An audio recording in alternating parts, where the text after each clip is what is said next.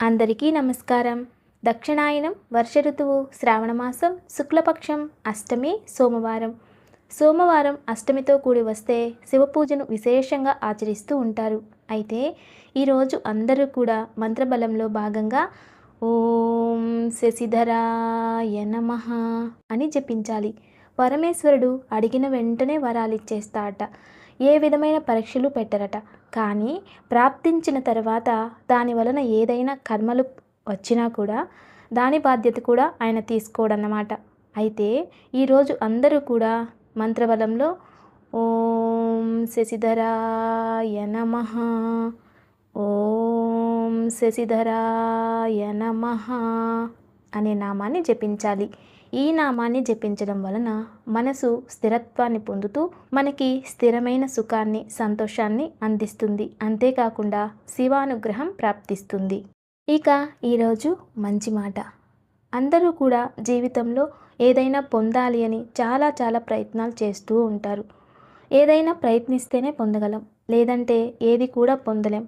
కొన్ని సందర్భాలలో భయపడితే వెనకే ఉండిపోతాం. అదే ధైర్యంతో ముందడుగు వేస్తే ఆ ధైర్యమే మనకు ఏది కావాలన్నా పొందే శక్తిని ఇస్తుంది. అందుకే భయం అనేది లేకుండా మీ మీద మీకు నమ్మకంతో ముందుకెళితే దేనినైనా సాధించవచ్చు. అయితే అందరం ప్రతిరోజు ఎంతో కొంత కొన్ని విషయాలు నేర్చుకుంటూ ఉంటాం. ఏదైనా శుభకార్యాలు జరిగినప్పుడు, పండుగలు, వ్రతాల సమయంలో, గృహప్రవేశాల సమయంలో, పూజల సమయంలో మనకి బాగా కనిపించేవి మామిడాకులు. శుభకార్యాలలో మామిడాకు చాలా విశేషమైన స్థానాన్ని ఏర్పరచుకుంది. మన పూర్వీకులు ప్రతి ఒక్క పర్వదినం రోజు ప్రతి ఒక్కొక్క శుభకార్యాల్లోనూ తోరణాలు కడుతూ ఉంటాం. ఏ ఇంట్లో అయితే గుమ్మాలకి పచ్చని తోరణం ఉంటుందో ఆ ఇంట్లో ఎప్పుడూ ప్రశాంతత అనేది ఉంటుంది. తోరణం అనేది మన ఇంట్లోకి వస్తున్న వాయువును శుద్ధి చేస్తుంది. ఎన్నో క్రిమికీటకాలను దూరం చేస్తుంది. అటువంటి వాయువును మనం పీల్చడం వలన మనలో ప్రశాంతత అనేది ఏర్పడుతుంది.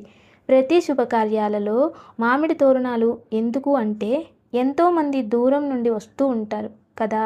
దాని వలన అక్కడ వాయువు కలుషితం అవుతూ ఉంటుంది. ఆ వాయువును మామిడాకులు శుద్ధి చేస్తాయి. పూర్వంలో అందరూ కూడా బావులు త్రవ్వేటప్పుడు, సొరంగ మార్గాలు ఏర్పాటు చేసేటప్పుడు ముందుగా మామిడాకును లోపలికి వేసేవారట. మామిడి ఆకులు బావి చుట్టూ ఉంచడం వలన అక్కడ ఏదైనా విషవాయువు ఉంటే మామిడాకు ఆ విషవాయువుని శుద్ధి చేస్తుందట. ఇప్పుడు కూడా అంతే. ఏదైనా ఇంటిని కొన్ని రోజులు మూత వేసి ఉంచి తర్వాత ఆ ఇంటిలోకి వెళ్ళగానే శరీరం ఆయాసపడిపోతూ ఉంటుంది, ఊపిరాడదన్నమాట. అలాంటప్పుడు మామిడాకును ముందు వేసి తర్వాత ఇంట్లోకి వెళతారు. ఇంట్లో ఎవరైనా స్వర్గస్థులైతే ఒక్కొక్కసారి ఆ ఇంటిని కొన్ని రోజుల పాటు మూత వేయాలని చెప్తూ ఉంటారు. అప్పుడు ఆ ఇంటిని మూసేసి తర్వాత మళ్ళీ ఆ ఇంటికి రాగానే ముందుగా మామిడాకును ఇంట్లో వేస్తాం. తర్వాత 2 రోజులు ఆగి ఇంట్లో ఉప్పు నీళ్లు చల్లి మళ్ళీ ఇంట్లో ఏదైనా పూజ చేసి ఉంటూ ఉంటాం. అయితే మామిడి ఆకు గాలిలో ఉన్న కలుషితాన్ని దూరం చేస్తుంది అని సైన్స్ కూడా తెలియజేస్తుంది. ప్రతి తోరణం వెనుక కూడా ఒక విజ్ఞానం ఉందట. అంటే మన సనాతన ధర్మంలో తోరణంలో లక్ష్మీదేవి ఉంటుందని నమ్ముతాం. ప్రశాంతత ఉన్న ఇంట్లోకి దైవగణాలు ఆకర్షిస్తాయి. దైవగణాలు ఉన్న ఇంట్లో లక్ష్మీ అనుగ్రహం ఉంటుంది. లక్ష్మి అంటే అన్ని విషయాల్లో విజయం ప్రాప్తించడం అన్నమాట. పేరు, ప్రఖ్యాతులు, ధన సంపద ప్రాప్తిస్తాయి. అప్పుడు అది లక్ష్మీ నిలయంగా మారుతుంది. అయితే తోరణాలు కట్టి అవి గుమ్మాలకే ఎండిపోకూడదు.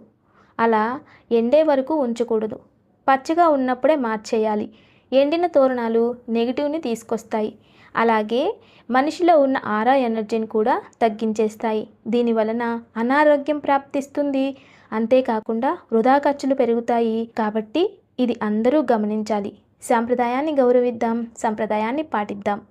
ఇక వాస్తు పరిష్కారం. ఈ రోజుల్లో చాలామంది బాధపడుతూ ఉండే సమస్య ఇంట్లో ప్రశాంతత లేదు అని, మరియు భార్యాభర్తల మధ్య ప్రేమ ఉండడం లేదు అని.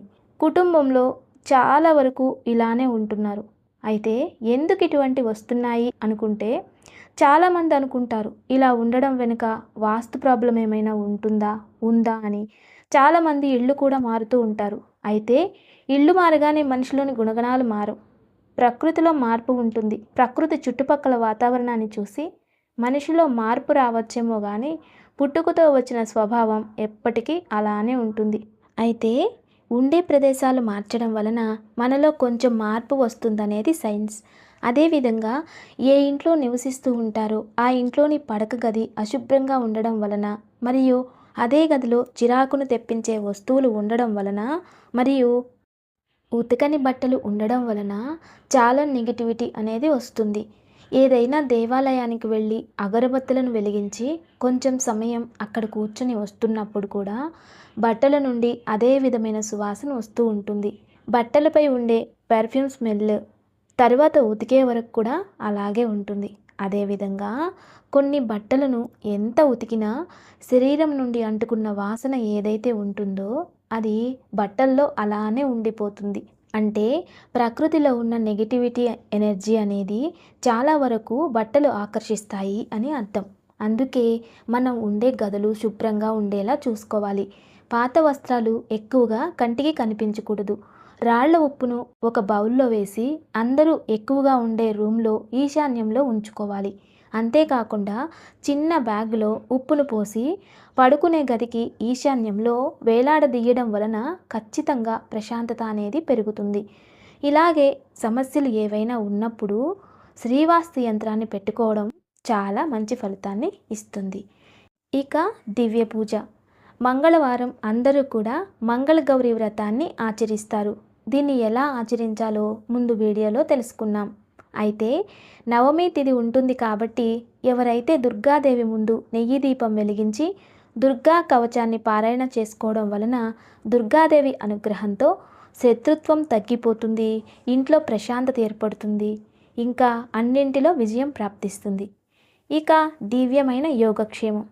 ఈరోజు సాయంత్రం శివలింగాన్ని చెరుకు రసంతో అభిషేకించి దత్తూరి పుష్పాలతో పూజించవచ్చు, లేదా పరమేశ్వరునికి బిల్వదళాలను సమర్పించి పూజించాలి. ఇలా ఆచరించడం వలన ఆర్థికాభివృద్ధి, సంతోషం ప్రాప్తించడంతో పాటు ఉద్యోగంలో సమస్యలు తొలగిపోతాయి. నమస్తే. Thanks for watching.